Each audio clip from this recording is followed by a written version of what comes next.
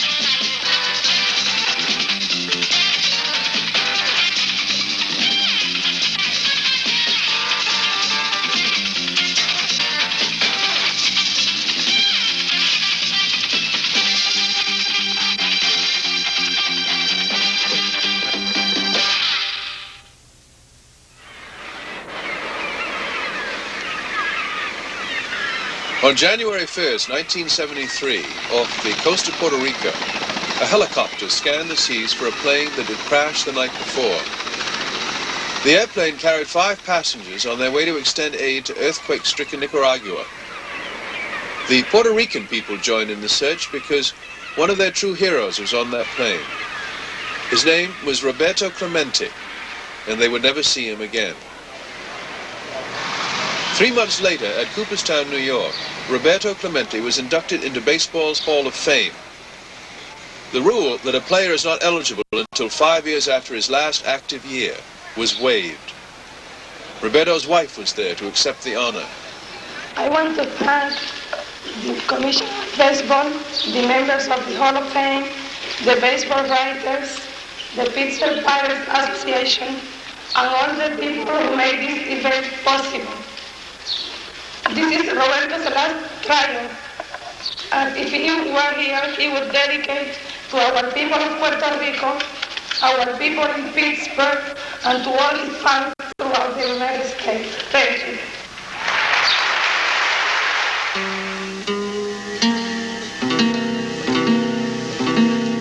Roberto Clemente was born on August 18th, 1934, in Catalina, Puerto Rico. By the age of 19, he played for the Santurce Crabbers in the Puerto Rican Winter League. After 2 years with the Crabbers, the Brooklyn Dodgers signed Roberto, but he finally ended up with the Pittsburgh Pirates. I met Roberto Clemente the spring of 1962 in Fort Myers, Florida, where we were training. And I can still recall I was very excited, very nervous about meeting a man that certainly everyone in the world of baseball had knew about. And now I was in a position to be training and hopefully win a position on the ball club so that I'll be playing in the outfield with one of the all-time greats. So you went with the Pirates in 1960 when they played the World Series against the Yankees? No, I was not with the team, but I was in the organization.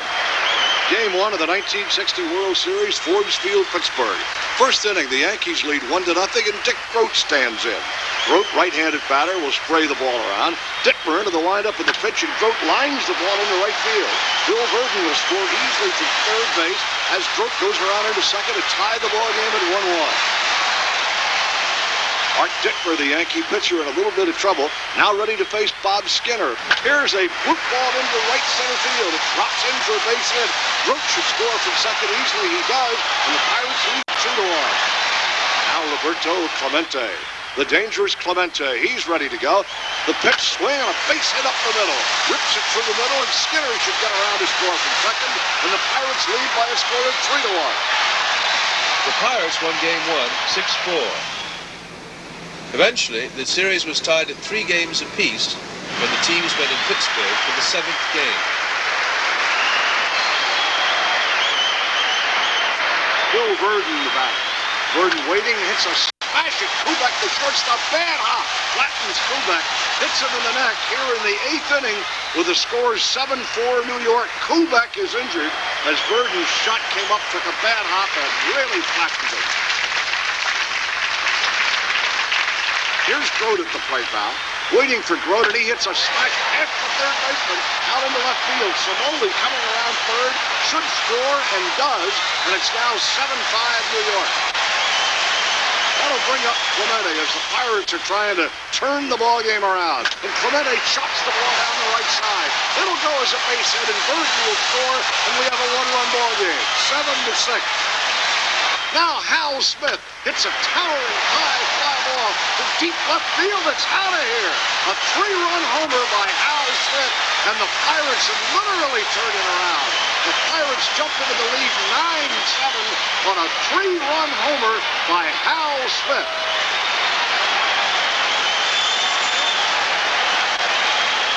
The Yankees scored 2 runs in the top of the 9th inning to tie the score 9-9. To open the Pirates' 9th, Bill Mazeroski was the batter. There's a long drive to deep left field. It's got a chance. Way back. It's gone. A home run by Bill Mazeroski. And the Pirates win the ball game 10-9 and win the World Series 4-3.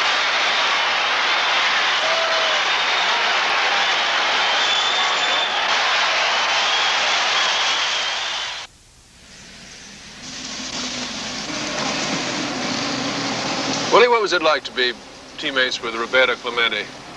George, now that I think about it, I see so much. I see dramatics, I see comedy, I see excitement. He was very sincere about playing the game of baseball. He took an awful lot of pride in perfecting all the ins and outs of everything that, every minute detail he was concerned about.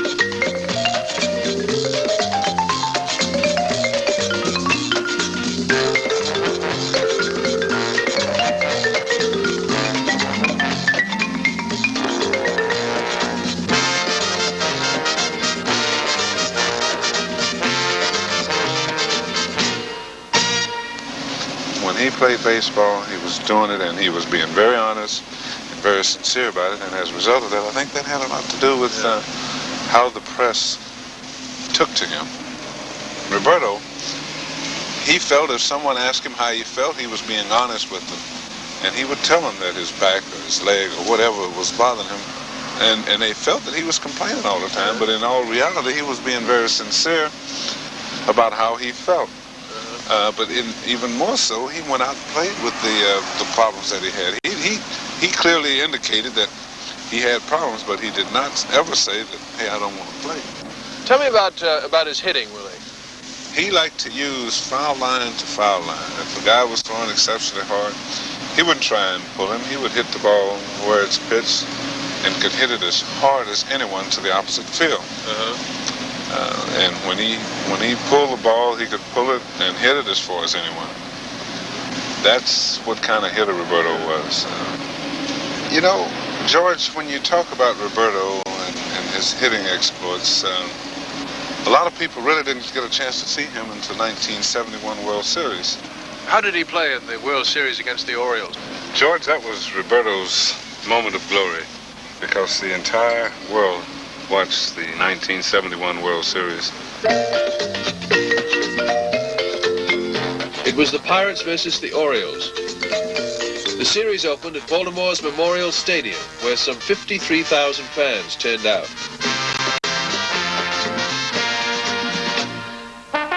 When Roberto Clemente lined this double off the right field wall in the first inning, he gave the crowd a hint as to how he would perform the remainder of the series. The Orioles, however, won games 1 and 2 with 3 of their players leading the way. Frank Robinson went 5 for 8, including a home run over the left field wall.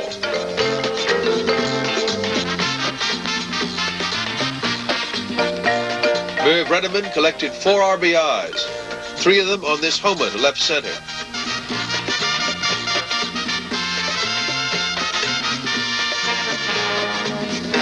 Don Buford also connected for a home run.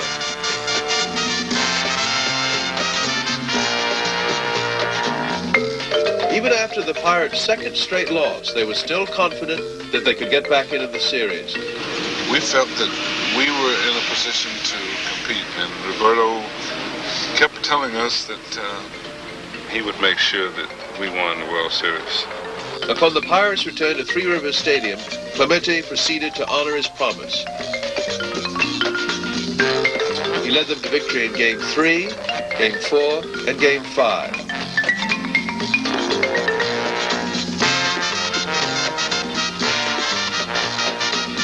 Clemente continued his brilliance in Game 6, hitting and running the bases with his customary flair. Despite Clemente's performance, the Orioles knotted the series by winning Game 6, 3-2. After 6 games, Roberto's average was .478. In Game 7, he proved he wasn't through just yet. No score here in the 4th inning. Left-hander Mike Cuellar of the Orioles getting ready to go. Roberto Clemente stands in. Cuellar ready, and the pitch, and Clemente gets a good charge on the ball. Deep left center field. It might make the seats, and it does. Home run, Roberto. And the Pirates jump into the lead here in Game 7, 1-0.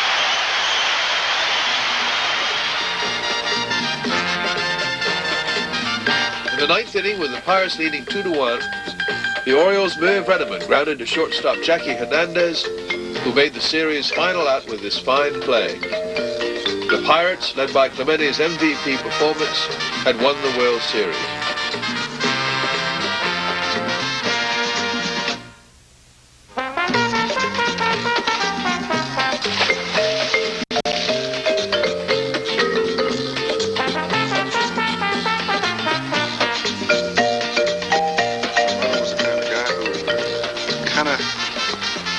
Such energies that he didn't like to be reminded if he did make a mistake, which was something that he seldom did, but when he did... Want to sit here? Yeah, this looks gorgeous. Just set this here. He did everything. He was running, he was catching, fielding. He was doing everything. Do you remember Clemente during the celebration? Well, I know there was champagne flowing in the clubhouse. Some was drinking it, some was pouring it. But I know there was a lot of tears shedded. And everybody was just so happy for Roberto. When it means the big game, Clemente's going to be the star of the game. I don't care what ball club, what all-star club or what. Clemente's going to be the star. It was very worthwhile, very rewarding. And it meant an awful lot to all of us. Sure. Especially him. I guess the next year, the great thing was the 3,000th hit, wasn't it? Well, that meant an awful lot to Robbie.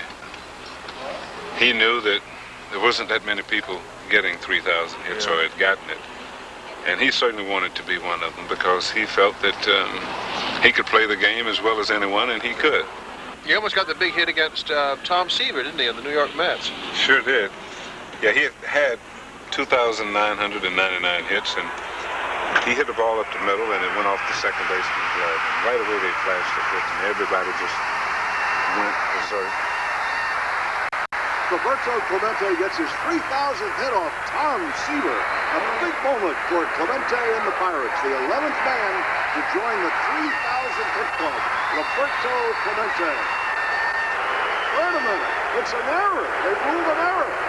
That really angered Roberto, and after the game, it was obvious that he was terribly disturbed. Was it a hit in your mind?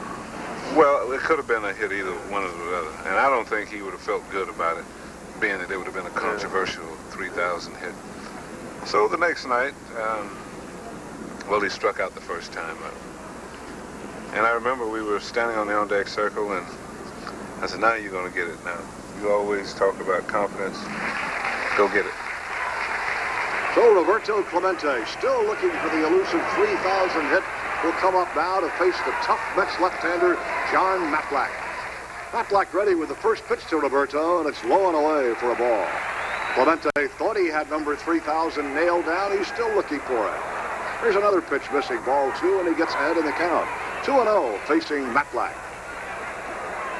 Clemente looking for number 3,000. Matlack ready into his graceful windup. The pitch is a fastball on the corner for a strike. 2 balls and a strike. Matlack facing Roberto Clemente. Matlack ready to go. Looks in for the sign. And the pitch. Fastball is swung on and missed by Clemente. And the count goes 2-2. I think he'd like to have that swing over again. 2 balls and 2 strikes to Roberto Clemente. Here's the pitch on a shot into the gap in left center. This will be in for a base hit, maybe extra bases. No question about this one. A double for Clemente. His 3,000th hit, and the ballpark just goes wild as Roberto Clemente becomes the 11th man in baseball history to collect 3,000 base hits. I saw a certain glow in his eye that I'd never seen before. And it was almost like, well, I was put here to accomplish this one particular thing, because I think what he was doing it for, there's never been a Latin to make that achievement, and he was telling the Latin world that their accomplishment can be made. There is an avenue to success. I don't think I had never done this, what I have done in baseball. If that wasn't for the fans, if that wasn't for the love that I have for the Puerto Rican people and for the love that I have for the Pittsburgh family, I'd never make it, never. That 3,000 hit was Roberto's last hit ever. I didn't know that. Yes, that was his final hit, his 3,000 hit. We were in the final days of the season, and from then on he was rested. It was almost like, well, he was put here for the purpose of making a certain accomplishment, and this is exactly what he did. He got his 3,000th hit, and the unfortunate thing happened, and that was New Year's Eve. I was having a party at home, and I got a phone call.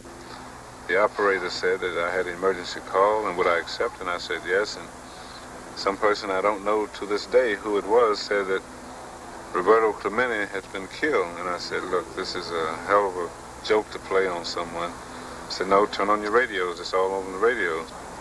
Well, I had Clemente's home number.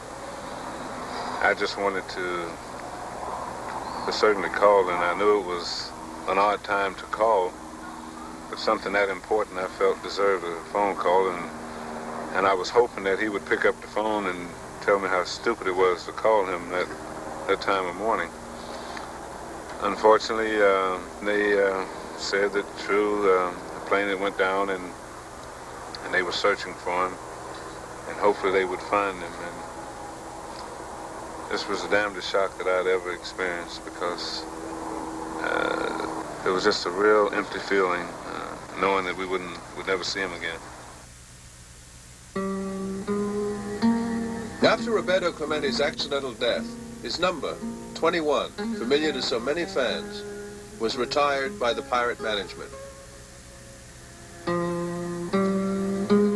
Present at the ceremony were his wife, his 3 young children, and his Pirate teammates. Those close to Roberto had to be reminded of the eloquent words spoken 4 months earlier at his funeral service. Oh God, we have gathered here to commemorate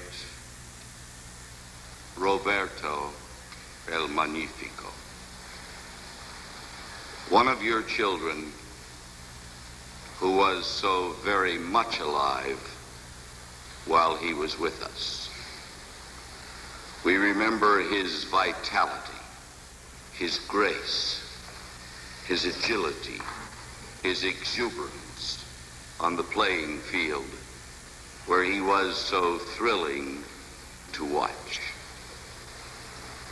You chose to bring to a close his life as he attempted to help others to live. We ask that his memory will continue to enliven us in showing proper respect for the precious gift of life in ourselves and our fellow man, wherever he be.